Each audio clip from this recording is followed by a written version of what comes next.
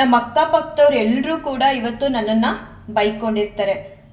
ನೆಲಕ್ಕೆ ಹಾಕ್ಬಿಡೋದ ಸೀರೆ ನಾವು ತಗೊಂಡೋಗಿ.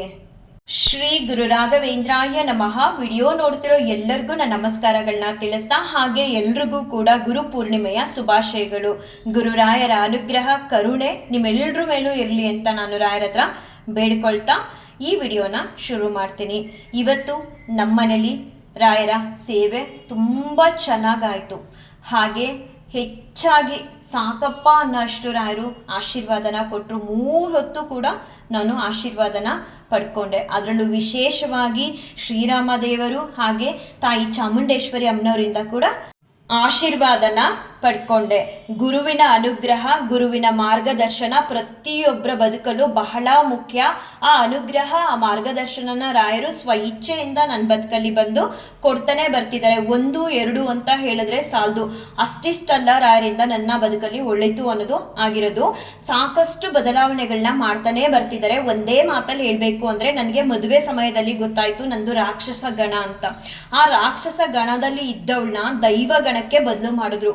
ಸಾಮಾನ್ಯವಾಗಿ ಕೆಲವರು ಒಂದು ಕಷ್ಟನ ಹೇಳ್ಕೊಂಡಿದ್ದೀವಿ ರಾಯರ ಹತ್ರ, ಅಥವಾ ನಮ್ಮ ಒಂದು ಇಷ್ಟನ ನಾವು ಬೇಡ್ಕೊಂಡಿದ್ದೀವಿ ರಾಯರ ಹತ್ರ, ಇನ್ನೂ ಈಡೇರಿಲ್ಲ ಅಂತ ಹೇಳಿರೋರನ್ನ ನಾನು ಸಾಮಾನ್ಯವಾಗಿ ನೋಡ್ತಾನೆ ಬರ್ತಿದ್ದೀನಿ. ಆದರೆ ರಾಯರು ಟೋಟಲ್ ಆಗಿ ನನ್ನ ಗಣಕೂಟನೇ ಬದಲು ಮಾಡಿಬಿಟ್ಟಿದ್ದಾರೆ. ಅಷ್ಟು ಅನುಗ್ರಹ ಅನ್ನೋದನ್ನ ರಾಯರು ಕೊಡ್ತಾ ಬರ್ತಿದ್ದಾರೆ. ರಾಯರ ಕರುಣಾ ದೃಷ್ಟಿನೇ ಅಂಥದ್ದು. ರಾಯರು ಎಲ್ಲರ ಬದುಕಲ್ಲೂ ಇದೇ ರೀತಿ ಒಳ್ಳೆಯದನ್ನು ಮಾಡಲಿ, ಎಲ್ಲರ ಕಷ್ಟಗಳನ್ನು ನಿವಾರಣೆ ಮಾಡಲಿ ಅಂತ ನಾನು ಪ್ರತಿ ಸಲ ಬೇಡ್ಕೊಳ್ತಿರ್ತೀನಿ ರಾಯರ ಹತ್ರ. ಎಷ್ಟು ಚೆನ್ನಾಗಿರುತ್ತಲ್ವಾ, ನನಗೆಷ್ಟು ಚೇಂಜಸ್ ಮಾಡ್ತಿದ್ದೀರಾ ನನ್ನ ಬದುಕಲ್ಲಿ ಬಂದ ಮೇಲಿಂದ. ಹಾಗೆ ಬೇರೆಯವ್ರ ಬದುಕಲ್ಲೂ ಇದೇ ರೀತಿ ಚೇಂಜಸ್ನ ಮಾಡಿ ರಾಯರೇ ಅಂತ ನಾನು ಯಾವಾಗಲೂ ಕೇಳ್ಕೊಳ್ತಿರ್ತೀನಿ. ಇವತ್ತು ಕೂಡ ಕೇಳ್ಕೊಂಡಿದ್ದೀನಿ, ಎಲ್ರಿಗೂ ಒಳ್ಳೆಯದಾಗಲಿ. ಮನೇಲಿ ತುಂಬ ಬೇಗನೆ ಎದ್ದು ರಾಯರಿಗೆ ಅಂತ ವಿಶೇಷವಾಗಿ ಇವತ್ತು ಗುರು ಪೂರ್ಣಿಮೆ ಇರೋದ್ರಿಂದ ಹೆಸರುಬೇಳೆ ಪಾಯಸ ಮಾಡಬೇಕು ಅಂತ ಅಂದ್ಕೊಂಡೆ. ಸೊ ಹೆಸರುಬೇಳೆ ಪಾಯಸ ಮಾಡಿ ರೆಗ್ಯುಲರ್ ಆಗಿ ರವೆ ಉಂಡೆ ಮಾಡ್ತಿದ್ದೆ. ಈಗಂತೂ ಚಾತುರ್ಮಾಸ ಇರೋದ್ರಿಂದ ಈ ತಿಂಗಳು ನಾವು ಬಾಳೆಹಣ್ಣು ಮತ್ತು ತೆಂಗಿನಕಾಯಿನ ಇಟ್ಟು ಪೂಜೆ ಮಾಡಬಾರ್ದು.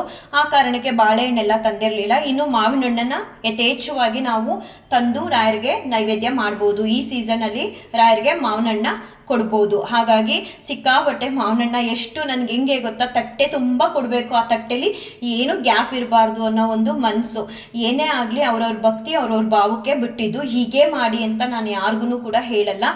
ನೀವು ಏನಿಲ್ಲ ಅಂದ್ರೂ ರಾಯರನ್ನ ಮನಸ್ಸಲ್ಲಿ ಒಂದು ಬಾರಿ ರಾಯರೇ ನನಗೂ ನೀವು ಗುರುವಾಗಿ ಬಂದು ನಮ್ಮ ಜೀವನದಲ್ಲಿ ದಾರಿ ತೋರಿಸಿ ಅಂತ ಬೇಡ್ಕೊಂಡ್ರೆ ಸಾಕು. ರಾಯರು ಈ ಥರ ಎಲ್ಲ ಮಾಡಿದವ್ರಿಗೆ ಬರೋದು, ಇಷ್ಟು ಹಣ್ಣಿಟ್ಟು ಪೂಜೆ ಮಾಡಿದವ್ರಿಗೆ, ಇಷ್ಟು ಹೂವಿಟ್ಟು ಪೂಜೆ ಮಾಡಿದವ್ರಿಗೆ ಬರೋದು ಅಂತ ಏನಿಲ್ಲ. ಯಾರು ಕಷ್ಟದಲ್ಲಿದ್ದಾರೆ, ಯಾರು ರಾಯರನ್ನ ನೆನೀತಾರೆ, ಅವ್ರ ಬದುಕಿಗೆ ರಾಯರು ಹೋಗಿ ನಿಮ್ಮೆಲ್ಲ ಕಷ್ಟಗಳನ್ನ ದೂರ ಮಾಡಿ ಕೈ ಹಿಡಿತಾರೆ. ಒಳ್ಳೆ ಮನ್ಸು ಅನ್ನೋದು ಇರಬೇಕು, ಮತ್ತು ನಮ್ಮಲ್ಲಿ ಭಕ್ತಿ ಅನ್ನೋದು ಬೆಳೆಸ್ಕೋಬೇಕು. ಭಕ್ತಿ ಇಲ್ಲ ಅಂತ ಅಂದರೂ ರಾಯರನ್ನ ಕೇಳ್ಕೊಂಡ್ರೆ ಭಕ್ತಿ ಅನ್ನೋದನ್ನ ಕರುಣಿಸ್ತಾರೆ. ಅವಾಗಲೇ ಹೇಳಿಲ್ವಾ, ರಾಕ್ಷಸತನ ಇತ್ತು ನನ್ನಲ್ಲಿ, ರಾಕ್ಷಸ ಗುಣಗಳಿದ್ದು, ಅದನ್ನೆಲ್ಲ ದೂರ ಮಾಡಿ ದೈವ ಗುಣಗಳನ್ನ ತುಂಬಿದ್ದಾರೆ. ಬರೀ ರಾಯರು ಮಾತ್ರ ನನಗೆ ಅನುಗ್ರಹ ಮಾಡ್ತಿಲ್ಲ, ದೇವಾನ್ ದೇವತೆಗಳಿಂದನೂ ಕೂಡ ನಾನು ಅನುಗ್ರಹನ ಪಡ್ಕೊಳ್ತಿದ್ದೀನಿ. ಅವರ ಆಶೀರ್ವಾದ ಪಡ್ಕೊಳ್ಳೋದು ಬಹಳ ಕಷ್ಟ, ದೇವರ ಆಶೀರ್ವಾದಗಳನ್ನ. ಇವತ್ತು ಏನಿಲ್ಲ, ಸುಮ್ಮನೆ ಅಮ್ಮನವ್ರ ಮುಂದೆ ಕೂತ್ಕೊಂಡ್ರೆ ತಾಯಿ ಚಾಮುಂಡೇಶ್ವರಿ ಅಮ್ಮನವರು ಕೂಡ ನನಗೆ ಆಶೀರ್ವಾದ ಮಾಡ್ತಾರೆ. ದೇವರೇ ರಾಯರೇ ಅಂತ ಅಂದವಳಲ್ಲ, ಆದರೆ ಎಲ್ಲವೂ ಕೂಡ ನನ್ನ ಬದುಕಲ್ಲಿ ರಾಯರು ಬದಲಾವಣೆ ಮಾಡಿ ಇವತ್ತು ಅವ್ರ ಮುಂದೆ ಗಂಟೆಗಟ್ಟಲೆ ಕೂರಿಸ್ಕೊಳ್ತಾರೆ. ಇವತ್ತು ಬೆಳಗ್ಗೆ ಅಂತೂ ಸಿಕ್ಕಾಬಟ್ಟೆ ಬೇಗ ಎದ್ದಿದ್ದೆ, ಎಲ್ಲ ತಯಾರಿಗಳನ್ನ ಮಾಡಿಕೊಂಡೆ. ಅಲಂಕಾರ ಇನ್ನೂ ಚೆನ್ನಾಗಿ ಮಾಡ್ಬೋದಿತ್ತೇನೋ. ನಮ್ಮೂರಲ್ಲಿ ಏನು ಗೊತ್ತಾ, ಇದೇ ಹೂಗಳು ಸಿಗೋದು, ಅದನ್ನ ಬಿಟ್ಟು ಬೇರೆ ಹೂಗಳು ಸಿಗಲ್ಲ. ಮತ್ತು ತುಳಸಿ ಕಟ್ಕೊಡಿ ಅಂತ ಅಂದರೆ ನನಗೆ ಕಂಟಿನ್ಯೂಸ್ ಆಗಿ 3 ವೀಕ್ಸಿಂದ ಇದೇ ಪ್ರಾಬ್ಲಮ್ ಆಗ್ತಿದೆ. ತುಂಬ ಗ್ಯಾಪ್ ಕೊಟ್ಟು ಕಟ್ಟಿರ್ತಾರ, ಅದನ್ನು ಹಾಕಕ್ಕೆ ಹೋದರೆ ನನಗೆ ಮನಸ್ಸೇ ಬರಲ್ಲ, ಚೆನ್ನಾಗೇ ಕಾಣಿಸ್ತಿರಲ್ಲ. ಸೊ ಇದ್ದಿದ್ದ ಹೂವಲ್ಲಿ ಮಾಡಿದೆ ಅಲಂಕಾರನ, ನನಗೆ ಇನ್ನೂ ಬೆಟರಾಗಿ ಮಾಡ್ಬೋದಿತ್ತು ಅಂತ ಅನ್ನಿಸ್ತಿತ್ತು. ಆದರೆ ರಾಯರು ಅದನ್ನೇ ತುಂಬ ಸಂತೋಷವಾಗಿ ಖುಷಿಪಟ್ಟು ನಾನು ಮಾಡಿರೋ ಸೇವೆನ ಸಿಕ್ಕಾಬಟ್ಟೆ ಆಶೀರ್ವಾದನ ಮಾಡಿದ್ದಾರೆ. ಎಷ್ಟು ಕೊಟ್ಟಿದ್ದಾರೆ ಆಶೀರ್ವಾದ ಅಂದರೆ, ಆ ಕ್ಲಿಪ್ಪಿಂಗ್ಸ್ ಕೂಡ ಹಾಕಿದ್ದೀನಿ, ನೀವು ನೋಡ್ಬೋದು. ನಾನು ಅಂದ್ಕೊಂಡೇ ಇರಲಿಲ್ಲ ಇಷ್ಟೊಂದು ಆಶೀರ್ವಾದನ ಪಡ್ಕೊಳ್ತೀನಿ ಇವತ್ತು ರಾಯರಿಂದ ಅಂತ. ಅಷ್ಟು ಆಶೀರ್ವಾದ ಮಾಡಿದ್ರು. ಇನ್ನೊಂದು ವಿಶೇಷ ಏನಂದರೆ, ಮಧ್ಯಾಹ್ನ ಮನೆ ಕೆಲಸ ಎಲ್ಲ ಮುಗಿಸ್ಕೊಂಡು ಬಂದೆ. ಬರೋದಕ್ಕೂ ಮುಂಚೆ ಬೆಳಿಗ್ಗೆ ಸ್ಯಾರಿ ವೇರ್ ಮಾಡಿದ್ನಲ್ಲ, ಅದನ್ನು ಹೊರಗಡೆ ಹಾಕಿದ್ದೆ. ಕೋತಿ ಬಂದ್ಬಿಟ್ಟು ಏನು ಮಾಡಿಬಿಟ್ಟಿದೆ, ನಾನು ಕೊಟ್ಟಿದ್ದನ್ನು ಹಣ್ಣುಗಳೆಲ್ಲ ತಿಂದು ಆ ಸ್ಯಾರಿನ ಕೆಳಗಡೆ ಬಿಡಿಸ್ಬಿಟ್ಟಿದೆ. ಇನ್ನು ಮತ್ತೆ ಅದನ್ನು ವಾಶ್ ಮಾಡಿ ಹಾಕೋಬೇಕು. ಯಾರು ಇವಾಗ ವಾಶ್ ಮಾಡ್ತಾರೆ? ಬೇರೆ ಸ್ಯಾರಿ ಇತ್ತು, ಬಟ್ ಬೆಳಗ್ಗೆ ಇದನ್ನು ತಾನೇ ವೇರ್ ಮಾಡಿದ್ದು ಅಂತ. ಸರಿ, ನಾನು ರಾಯರನ್ನ ಹತ್ರ ಕೇಳ್ಕೊಳ್ಳೋಣ. ಈಗ ಮಧ್ಯಾಹ್ನ ನಾನು ಸಾಮಾನ್ಯವಾಗಿ ಗುರುವಾರ ಬೆಳಿಗ್ಗೆನೂ ಸ್ಯಾರಿ ಹಾಕಿರ್ತೀನಿ. ಮಧ್ಯಾಹ್ನ ಕೂಡ ಸ್ಯಾರಿ ಹಾಕ್ಕೊಂಡೆ ರಾಯರ ಹತ್ರ ನಾನು ಬಂದು ಕೂರೋದು. ಏನು ಮಾಡೋದು, ರಾಯರ ಹತ್ರ ಕೇಳ್ಕೊಬಿಡೋಣ, ಈ ರೀತಿ ಆಗೋಗಿದೆ ಅಂದ್ಕೊಂಡು ಬಂದು ಹೇಳಿದೆ, ಸಾರಿಯಪ್ಪ ಈ ರೀತಿ ಸ್ಯಾರಿ ಹಾಕ್ಕೊಂಡು ಬರೋಕ್ಕಾಗಲಿಲ್ಲ ಮಧ್ಯಾಹ್ನದೊತ್ತು, ನನ್ನನ್ನು ಕ್ಷಮಿಸಿ, ಹೀಗೆಲ್ಲ ಆಗೋಗ್ಬಿಡ್ತು ಆ ಕಾರಣಕ್ಕೆ ಅಂತ ಹೇಳಿ ಮಾತಾಡ್ತಾ ಕೂತಿದ್ದೆ ರಾಯರ ಹತ್ರ. ಆವಾಗ ಎಷ್ಟು ಚೆನ್ನಾಗಿ ಒಂದು ಹೂನ ಆಶೀರ್ವಾದವಾಗಿ ಕೊಟ್ಟರು ರಾಯರು ಅಂದರೆ, ನಾನು ಅಂದ್ಕೊಳ್ತೀನಿ ಇದನ್ನು ಯಾವುದೋ ಟೈಮಲ್ಲಿ ಕೊಡ್ಬೋದಿತ್ತಲ್ಲ, ಯಾಕೆ ರಾಯರು ಇವಾಗಲೇ ಕೊಟ್ಟರು ನನಗೆ ಗೊತ್ತಿಲ್ಲ. ನಿಜವಾಗ್ಲೂ ನನ್ನನ್ನು ನಾನೆಷ್ಟು ರಾಯರು ಅಂತೀನೋ ಅಷ್ಟೇ ಸಂತೋಷ ಪಡಿಸ್ತಾರೆ ರಾಯರು. ನನಗೆ ಒಂದು ಆಶೀರ್ವಾದ ಮಾಡೋದ್ರ ಮೂಲಕ ಸಿಕ್ಕಾಬಟ್ಟೆ ಖುಷಿ ಆಗುತ್ತೆ ಅವರೊಂದೊಂದೊಂದು ಆಶೀರ್ವಾದನೂ ನೋಡ್ತಿರುವಾಗ.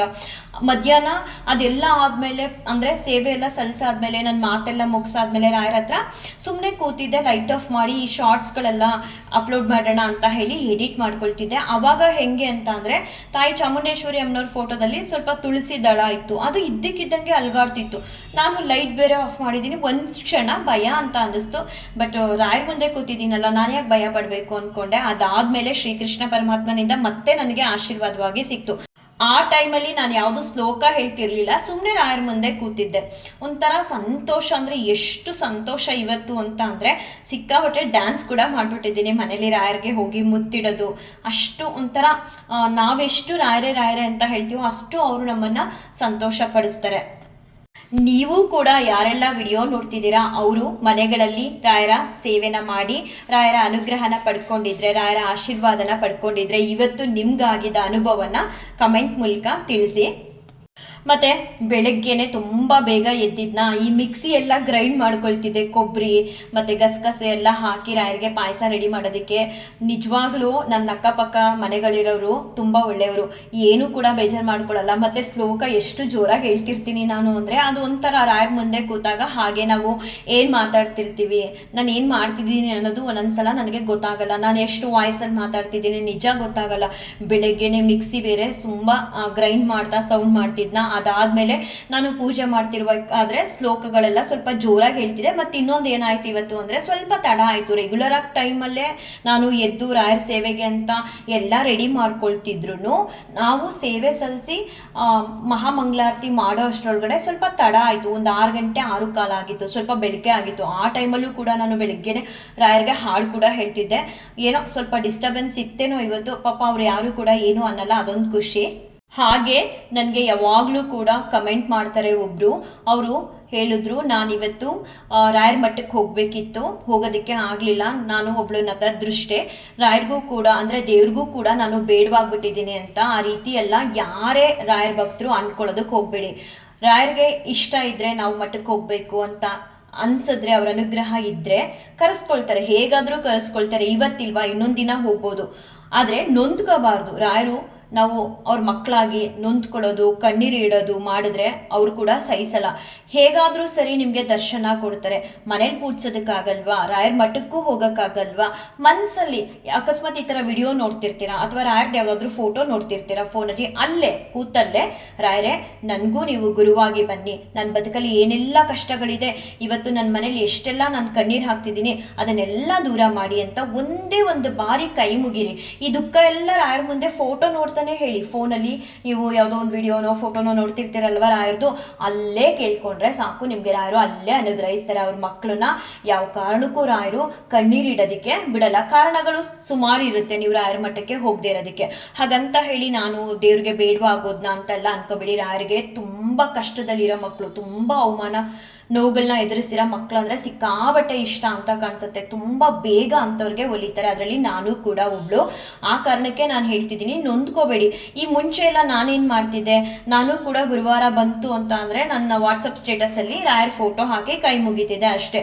ಅಲ್ಲಿಂದ ಇಲ್ಲಿ ತನಕ ನನ್ನನ್ನು ಬೆಳೆಸ್ಕೊಂಡು ಬಂದಿದ್ದಾರೆ. ಇಷ್ಟರ ಮಟ್ಟಿಗೆ ನಮ್ಮ ಮನೇಲಿ ರಾಯರು ಸೇವೆನ ತಗೊಳ್ತಾರೆ ಅಂತಂದರೆ ಅವರ ಅನುಗ್ರಹ, ಅವರ ನಿರ್ಣಯ, ಅವರ ನಿರ್ಧಾರ ಅಷ್ಟಿಷ್ಟಿರಲ್ಲ. ನಾವು ತಾಳ್ಮೆಯಿಂದ ಕಾಯಬೇಕು. ಏನೇ ದುಃಖ ಆಗಲಿ, ನಿಮ್ಗೆ ಏನೇ ಕಷ್ಟ ಇರಲಿ, ರಾಯರ ಮುಂದೆ ಕೂತ್ಕೊಂಡು ಫೋಟೋ ನೋಡ್ತಾನೆ ನಿಮ್ಮ ಕಷ್ಟಗಳನ್ನ ಒಂದು 2 ನಿಮಿಷ ಪೀಸ್ಫುಲ್ಲಾಗಿ ಯಾವುದೇ ಡಿಸ್ಟರ್ಬೆನ್ಸ್ ಅನ್ನೋದು ಇಲ್ಲದೆ ಮೈಂಡಲ್ಲಾಗಲಿ ಮನೇಲಾಗಲಿ ಸುಮ್ಮನೆ ಕೂತಿದ್ದ ಕಡೆನೇ ರಾಯರ ಫೋಟೋನ ನೋಡ್ತಾ ರಾಯರ ಹತ್ರ ಬೇಡ್ಕೊಳ್ಳಿ. ಖಂಡಿತ ನಾನು ಹೇಳ್ತಿದ್ದೀನಿ, ಸತ್ಯವಾಗ್ಲೂ ನಾನು ಹೇಳ್ತಿದ್ದೀನಿ, ರಾಯರು ನಿಮಗೆ ಅಲ್ಲೇ ಅನುಗ್ರಹಿಸ್ಬಿಡ್ತಾರೆ.